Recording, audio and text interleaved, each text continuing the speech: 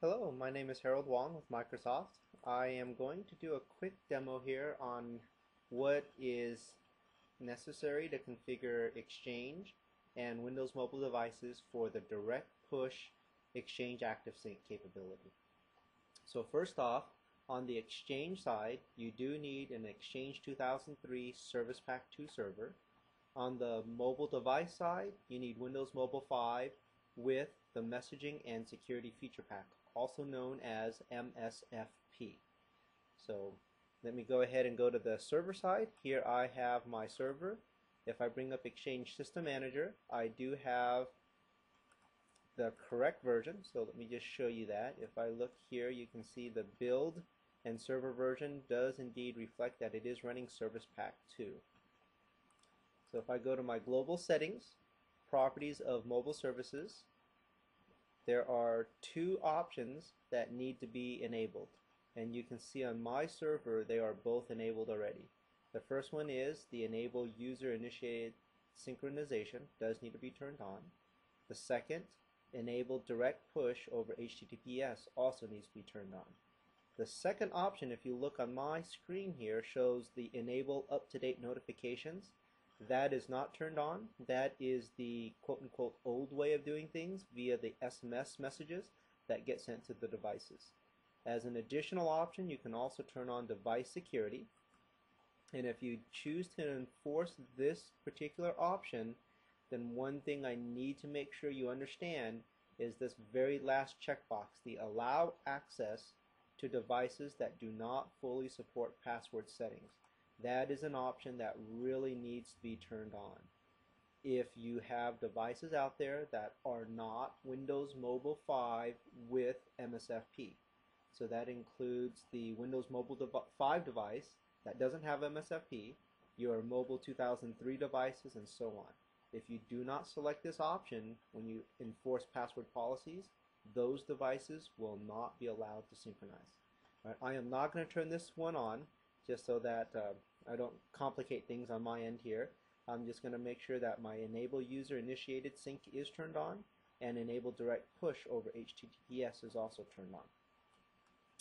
For my Active Directory users and computer setting, I also want to point out that you can indeed turn it on or off on a per user basis as well. The user I'm going to show is a user named mobile user. If I go to the properties of this particular user, there will be a tab called Exchange Features. And as you notice, there is a user initiated synchronization. I also need to make sure this is enabled, because I can disable this if I like, which would also break, or quote unquote break, this particular feature for that particular user. So I've enabled and ensured that that is indeed turned on that device. Let me go ahead and bring up my Windows Mobile 5 Pocket PC emulator device here. This is got nothing on there.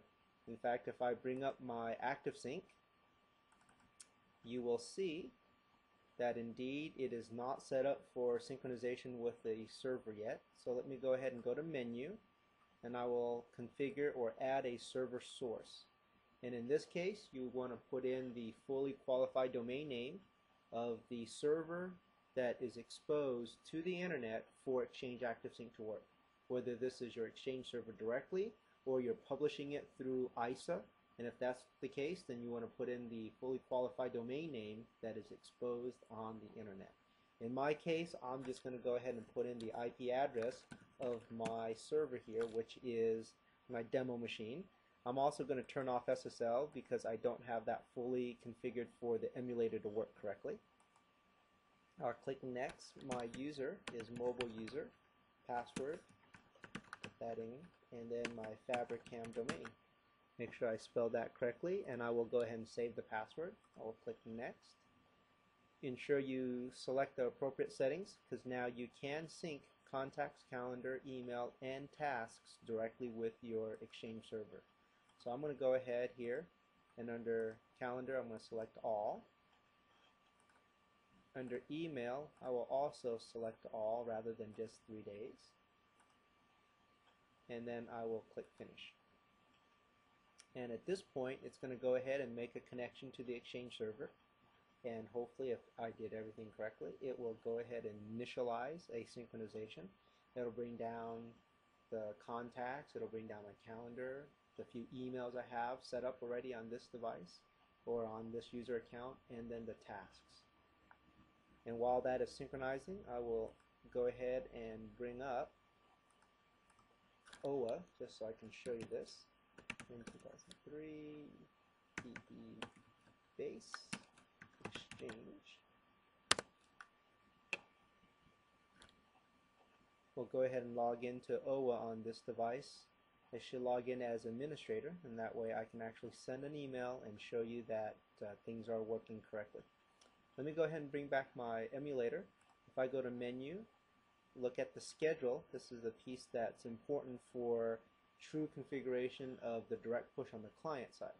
And by the way, by default, your Windows Mobile 5 device with MSFP will default to the direct push type configuration, which is as items arrive for peak times and as items arrive for off-peak times if that's what you want, right? As well as to send outgoing items immediately. The two key things is this one here during peak times and the send outgoing immediately.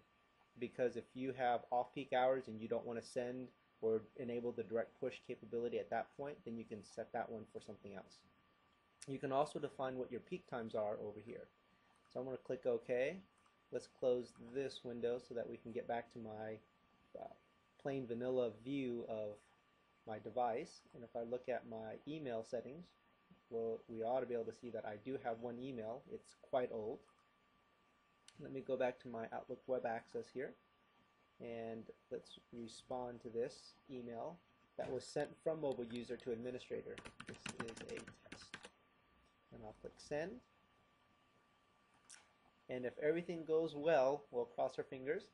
This device, as soon as the email is received, you can see it is indeed synchronizing because it is being pushed out to the device, even though it's still ActiveSync that comes into play. You can see I have my email. I'll go ahead and just dismiss that for now. One of the other things that you can do utilizing Exchange2003SP2 and Windows Mobile 5 with Messaging and Security Feature Pack is taking advantage of this mobile admin facility. You do have to download that from the internet and install it on your server, but now if I bring up this mobile admin page, I have the ability of initiating a remote wipe against my devices. So let me go ahead and put in mobile user. I already typed this in once. And it's going to search for all the devices that have synchronized with this particular user account.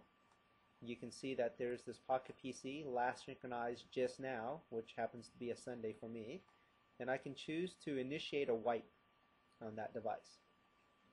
Now you can see that it is indeed been initiated. When my device synchronizes next, it should receive the command to do the wipe. Let's make sure, oh, and there you can see it is indeed performing the wipe. My device is in a reboot mode. It should come up with absolutely nothing on there or back to the factory ROM setting. And that information also goes back over here and is tracked so that you can see whether it was indeed wiped or not wiped. And you can see that the device was sent the wipe command and it was completed successfully.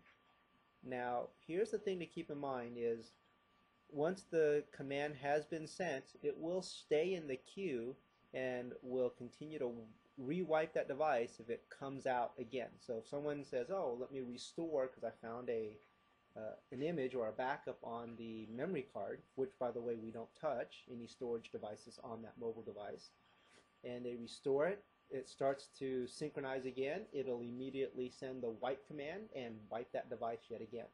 So that's the nice thing about this capability. I would actually have to come in here and cancel the wipe. Let's say I do find the phone, I can then cancel the wipe and it won't continue to send a wipe command to that device. But if I come back over here, you can see it is rebooting and it's going to come back to a plain Jane vanilla configuration ROM-based install of the Windows Mobile 5 device. So with that, thank you very much for your time. I hope this was somewhat educational and does clear up a few things, right? It do require Exchange 2003 SP2. Very simple configuration on the server side, and then on the device side, Windows Mobile 5 with messaging and security feature pack. So thank you very much, and I hope this was useful.